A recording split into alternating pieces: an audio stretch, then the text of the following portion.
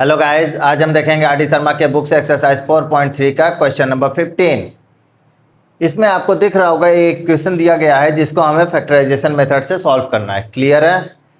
आपका यह क्वेश्चन 2015 के पेपर में आ चुका है, तो इसका मतलब यह इंपॉर्टेंट क्वेश्चन है और ये देखने में थोड़ा टफ भी लग रहा है, लेकिन ये टफ नहीं है।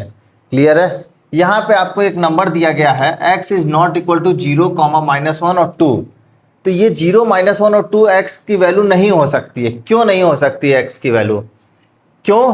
क्योंकि अगर आप यहाँ पे देखिए -1, 0 और 2 रखेंगे तो कोई दिक्कत नहीं है, लेकिन जैसे ही -1 रखेंगे आप तो 2 अपॉन -1 + 1, ये क्या हो गया 2 अपॉन में 0। और जैसे ही किसी फ्रैक्शन के डिनोमिनेटर में 0 होता है तो वह नंबर, वह फ्रैक्शन आपका क्या हो जाता है? अनडिफाइन हो जाता है। इसका मतलब इसको आप नंबर के रूप में रिप्रेजेंट नहीं कर सकते हैं, यह अनडिफाइन हो गया, इसको आप रिप्रेजेंट ही नहीं कर सकते हैं। क्लियर हो गया?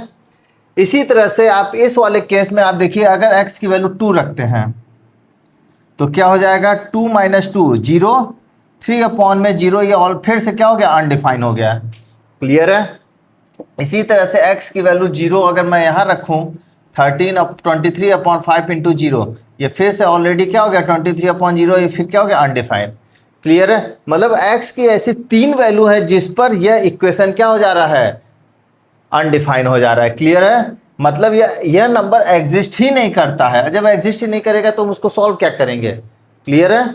इसलिए यहाँ पे ये दिया गया है x की वैल्यू 0, -1 और 2 नहीं हो सकता है। क्लियर है? इसका बस इतना ही रोल है इस क्वेश्चन में। आई थिंक आपको क्लियर हो गया होगा कि इसका मतलब क्या है। बहुत बच्चों को कंफ्यूजन होता है कि ये दिया क्या है, समझ में ही नहीं आता कि क्या दिया है। क्लियर है? अब हम क्वेश्चन देखते हैं क्या है। 2 अपॉन में x + 1 + 3 अपॉन 2x - 2 = 23 अपॉन में 5x। क्लियर है? अब सिंपल हमें पता है क्या, यहाँ पे हम एलसीएम ले लेते हैं। तो एलसीएम क्या होगा? दोनों नंबर का मल्टीप्लाई इंटू 2x - 2, इन दोनों का मल्टीप्लाई, इन दोनों का क्या हो जाएगा? एलसीएम हो जाएगा। तो यहाँ क्या आ जाएगा? 2 ये हटा देंगे, इससे मल्टीप्लाई कर देंगे, यही करते हैं हम लोग। तो 2 × 2 = 4x - 2 प्लस, अब ये हटा देंगे और इस 3 को इस नंबर से मल्टीप्लाई कर देंगे, 3x + 1। क्लियर है? यहाँ क्या बचा? 23/5x। अब ब्रैकेट को ओपन कर देते हैं।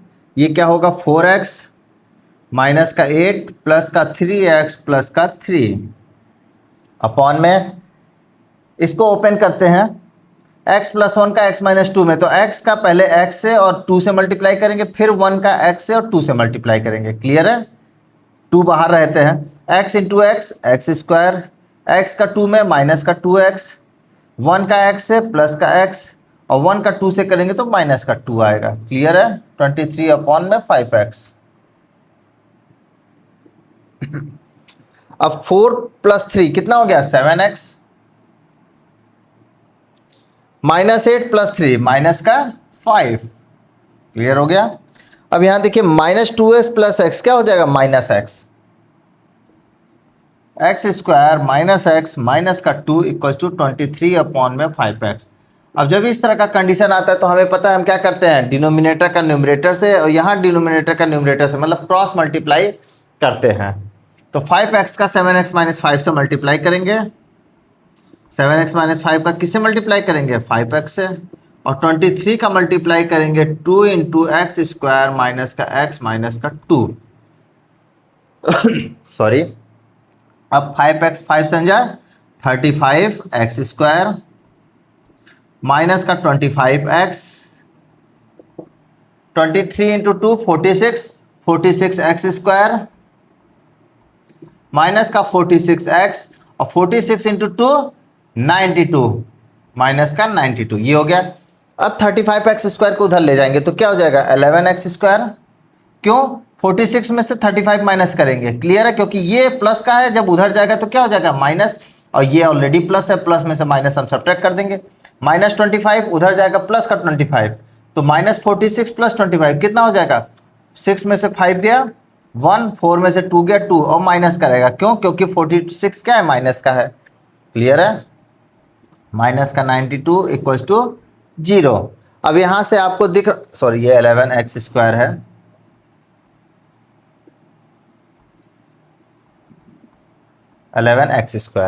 क्लियर है? अब यहां से हम कैसे सॉल्व करते हैं ये हमें अच्छे से पता है। कैसे? एक्स स्क्वायर का कोफिशिएंट और कांस्टेंट को पहले मल्टीप्लाई में लिखते हैं, फिर इसका प्राइम फैक्टराइजेशन करते हैं। प्राइम फैक्टराइजेशन कैसे होगा? 11 इंटू 92 क्या होगा? 2 से डिवाइड करेंगे तो 46, फिर 2 से डिवाइड करेंगे तो 23, और 23 क्या है आपका? प्राइम फैक्टर है, प्राइम नंबर है।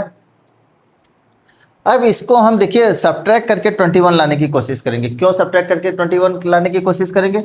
एक्स स्क्वायर का साइन क्या है? प्लस, और कांस्टेंट का साइन क्या है? माइनस। इन दोनों को मल्टीप्लाई करेंगे तो माइनस आ गया, और जब भी माइनस आएगा तो हम सब्ट्रैक्ट इसको क्या करेंगे? सब्ट्रैक्ट करके लाने की कोशिश करेंगे। अगर इन दोनों का साइन, इस एक्स स्क्वायर का और कांस्टेंट का साइन अगर प्लस आएगा, ठीक है, तो हम ऐड करके लाने की कोशिश करेंगे। क्या? 21। क्लियर है यहां तक? आई थिंक आपको क्लियर हो गया होगा। तो हम इसमें से दो फैक्टर निकालेंगे जिसको सब्ट्रैक्ट करके 21 लाना है हमें। तो हम पहला ले लेते हैं 11 और ये ले लेते हैं कितना? 92। क्या इनको सब्ट्रैक्ट करने पे 21 आ रहा है? नहीं, इसका मतलब हम ये और ये नहीं लेंगे। अब अगला लेते हैं 11 2 जा 22 और ये 46। 46 में से 22 आप माइनस करिए, क्या 21 आ रहा है? नहीं, इसका मतलब ये भी नहीं लेंगे। क्लियर है? 11 2 जा 22 या 44, 44 में से 23 माइनस करिए, क्या 21 आ रहा है? यस। इसका मतलब हमारे पास दो फैक्टर हो गया जिनका मल्टीप्लाई करने पे तो ये नंबर आ जाएगा। सिंपल है, हमें मल्टीप्लाई करने पे ये भी आना चाहिए, तो मल्टीप्लाई करने पे ये आएगा। क्यों? क्योंकि हम इसी में से फैक्टर लिए हैं। क्लियर है? और इनका सब्ट्रैक्ट करने पे 21 भी आ जा रहा है। इसका मतलब दोनों चीज़ क्या हो रही है? सेटिस्फाइड हो रही है।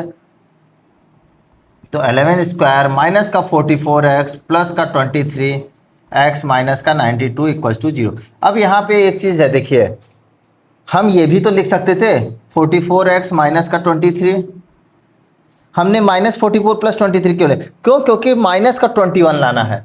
जब माइनस का 21 लाना है तो बड़े वाले को माइनस रखना पड़ेगा और छोटे वाले को क्या रखना पड़ेगा? प्लस। क्लियर है? देखिए आपको स्टेप बाय स्टेप एक एक चीज़ मैं समझाते हुए चल रहा हूँ, कहीं पे कोई भी कन्फ्यूजन नहीं होगा आपको अगर आप ध्यान से सुन रहे हैं तो। क्लियर है? तो अब यहां से देखिए क्या है, 11 कॉमन है और यहां से 23 कॉमन है।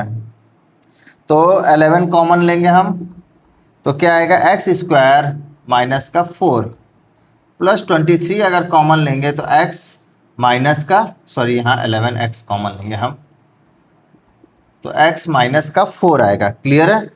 अब जब यहाँ पे 23 कॉमन लेंगे तो x माइनस, देखिए 92 को अगर हम 23 से डिवाइड करें तो 23 को 4 से मल्टीप्लाई करें तो 4 3 जा 12, 4 2 जा 8 1 9। इसका मतलब 23 को 4 से काट सकते हैं हम। क्लियर है? तो x माइनस का 4 इक्वल्स टू 0। अब यहाँ से और यहाँ से देखिए x माइनस 4 कॉमन है कि नहीं? दोनों में x माइनस 4 है, तो यहाँ से क्या बचेगा? 11x प्लस का 23। क्लियर है? अब हमें पता है जब दो नंबर का मल्टीपल 0 होता है, क्या कह रहे हैं हम?